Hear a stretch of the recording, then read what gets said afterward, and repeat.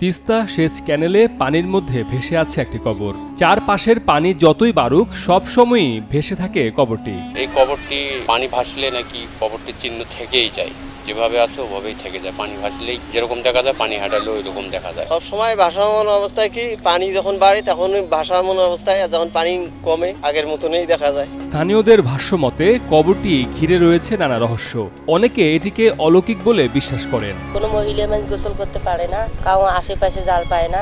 এই হাজির খুব পরিচ্ছন্ন করি আমরা বেড়াই। হাজির খুব ভালো লোক আসলো। কোদাল দিয়ে যদি কেউ মাটি কাটতে যেত, কোদালটা ছিটকে আবার তার শরীরে আসতো। ভেকু দিয়ে একাধিকবার এটাকে উত্তোলন করার চেষ্টা করা হয়েছিল, তো ভেকু আলটিমেটলি বন্ধ হয়ে যায়।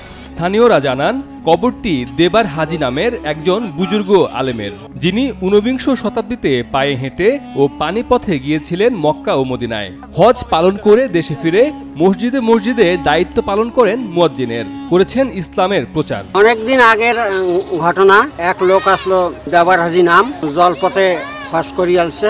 হজ করে এসে তাই বাড়ি থাকে নাই, জুম্বার মহাজানগিরি করছে। পড়াশোনা বেলা দেওয়া পাস 70 পাগের গোরস্থান আসলো, সব উঠির ফেলাইছে। অনেক আসিয়া আর উঠির পায় নাই। রোজগার সাথে সাথে 5 পায়ে বাসে যায়।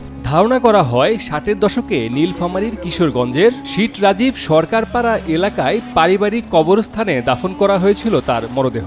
পাশাপাশি ছিল আরও বেশ কয়েকটি কবর। তবে তিস্তা সেচ ক্যানেল স্থাপনের সময় বাকি সব কবর সরানো হলেও অক্ষত রয়ে গেছে দেবার হাজির কবরটি। কবরটির মাটি কাটতে গিয়েও ব্যর্থ হন শ্রমিকরা। আমরা লোক মারফতে জানতে পারি যে এখানে একটি কবর খনন, অনেক কবর উত্তোলন করেছে, কিন্তু এই কবরটি খনন করতে পারেনি। এই কবরটি খনন করতে গিয়ে ভেকু গাড়ি পর্যন্ত স্টার্ট বন্ধ হয়ে গিয়েছিল। কয়েকজন লোকও বলে নাকি ড্রাইভারও নাকি বলে আহত হয়েছিল, শুনেছি মারাও গিয়েছে নাকি এরকম। সম্প্রতি ক্যানেল সংস্কার করতে গিয়ে স্কেপ ভেটরেরও যান্ত্রিক ত্রুটি দেখা দিয়েছে বারবার। এরপর চাঁদা তুলে কবরটিকে 1800 ইট দিয়ে বাধাই করে দিয়েছেন স্থানীয়রা। নালার মধ্যে কবর কিন্তু ডোরজার আলছিল, খুঁড়তে পারে নাই, ডোরজার নষ্ট হয়ে গেছিল, আমি দেখছি।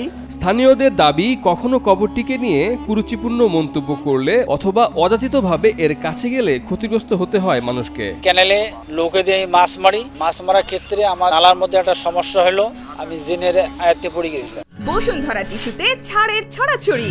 বসুন্ধরা টিস্যু নিয়ে এলো নিশ্চিত ছাড়। ক্যানেল খননের সময় ঘটে যাওয়া অলৌকিক ঘটনা দাবি করে প্রচলিত জনমতের কথা জানান কিশোরগঞ্জ সদর ইউনিয়নের চেয়ারম্যান হোসেন শহীদ সোহরাদিও। এবার হাজি বলতে একজন প্রবীণ লোক ছিলেন, উনি মারা গেছে। এই ক্যানেল খনন করার সময় বড় একজন ট্রোজার ব্যক্তি নিয়ে এসিয়া তার ক্যানেল করতে কবরস্থানে লাগে। সেখানে যে আপনার এই মেশিনটা অফ হয়ে যায়। পরবর্তীতে ওইখানকার স্থানীয় মহৎ প্রধান ব্যক্তিবর্গ তারা ওখানে কিছু টাকা পয়সা অ্যারেঞ্জ করে চতুর্দিকে ওরা প্রাচীর দিয়ে রেখেছে। কবরটা এখন পর্যন্ত ভাসমান অবস্থায় আছে।